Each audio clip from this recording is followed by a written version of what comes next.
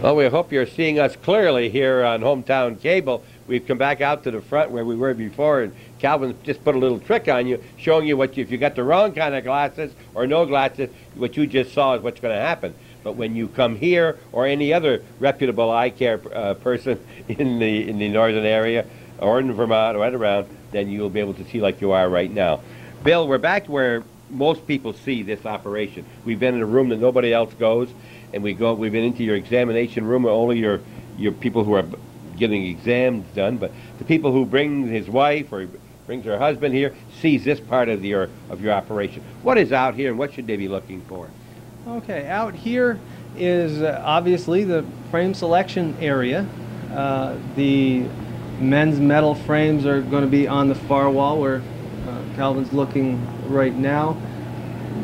Children's frames next to them, some of the value line frames farther down in the center area here are what we refer to these days as unisex style frames. Both men and women wear these shapes. This is, as we were talking off camera earlier, about styles going to smaller and rounder. Color kind of dictates whether they're men's or ladies' frames to a certain extent. And then over here are ladies' styles. You'll find them in most offices separated like this, just to make it easier for people to find what they're looking for. You know, years ago I had some plastic lenses, big ones that I'd had for a while, and I don't use them a lot, like I say.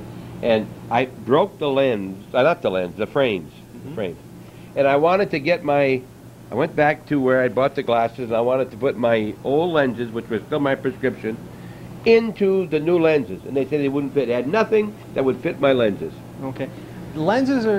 Edge lenses for a frame are rather tricky.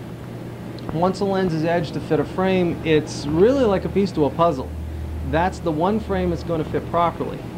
Now, if the lens is big enough and you want to go to a smaller frame, sometimes we can reshape them down to a different size.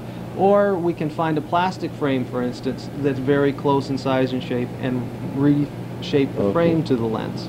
That wasn't offered, but basically what we're saying is that frames change. Frames change often. They don't even they discontinue for whatever reason. The only time I suggest that a person use their own lenses and get a new frame is in the example that you gave, that the frame is broke, you need something, and it's the only option short of buying a whole new set. And anytime someone comes in thinking that they want to change frame styles and they want to use their own frame, it's not really a good idea, because you have to find a frame almost identical in size and shape to make it work anyway. It was time for new frames anyway, I guess. Now, I know that people do come into these places and say they aren't bent right, and you can stick them in hot sand. Is that hot sand over there? Actually, I use hot salt. Hot salt? We use either hot kosher salt or glass beads. Kosher salt, okay. It's a larger grain. Yes. And that heats up the plastic, and you can form them, or they don't sit right, and so forth. There's nothing magic about it. There's a hot plate underneath that keeps it warm.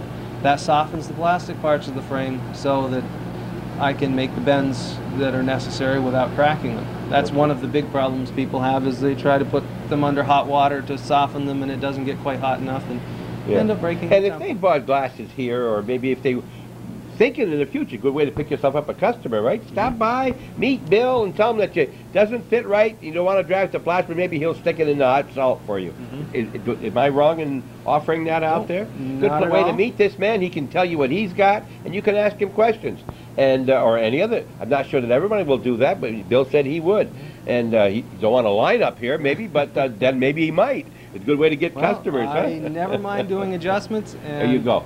I do a lot of repairs that many offices don't do. If I look at it as if it's repairable, I'd rather repair it for you if that's what you want than to tell you you need a new one. Best advertising you can get. Bill, we had about 8 or 9 minutes when we started talking in here. We're just about finished now. Anything else that we have not covered that you'd like us to talk about?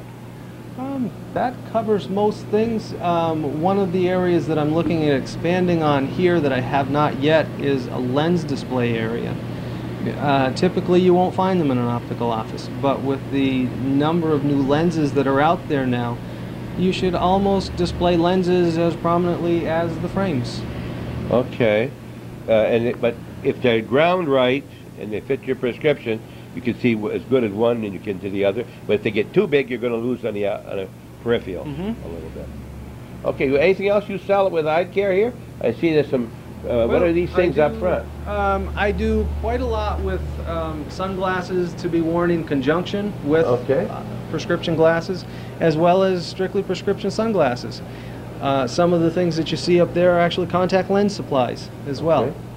All right. Listen, it's going to be a hot summer. It's hot already. And if you're hot, come on in and get cool here and meet this cool person, William Irwin. He's native of, we'll say Moores, New York, raised in Woods Falls, of all places, right with a nice brook down there. And he's now in Rouse's Point, married this local girl by the name of Narrow, you said, huh?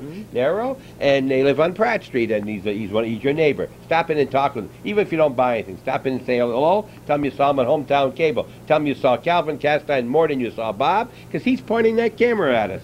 I'm Bob Venn. The program is What's Going On here every Sunday. We start at 12:30. It's on again at 4:15, again at 8 p.m., midnight for the fourth time, and 8 o'clock the following morning. Every day, those same hours, Calvin and Sam bringing you programs throughout the northern tier. Tune in, tune out when you watch the program, but think about Calvin, and he's trying to do more and more of this. Send a donation. Be a patron. $12 or more once a year. Hometown Cable, 1477 Ridge Road, Champlain, New York. Tell them Bob sent you. See you next Sunday. Thanks, Bill. You're welcome.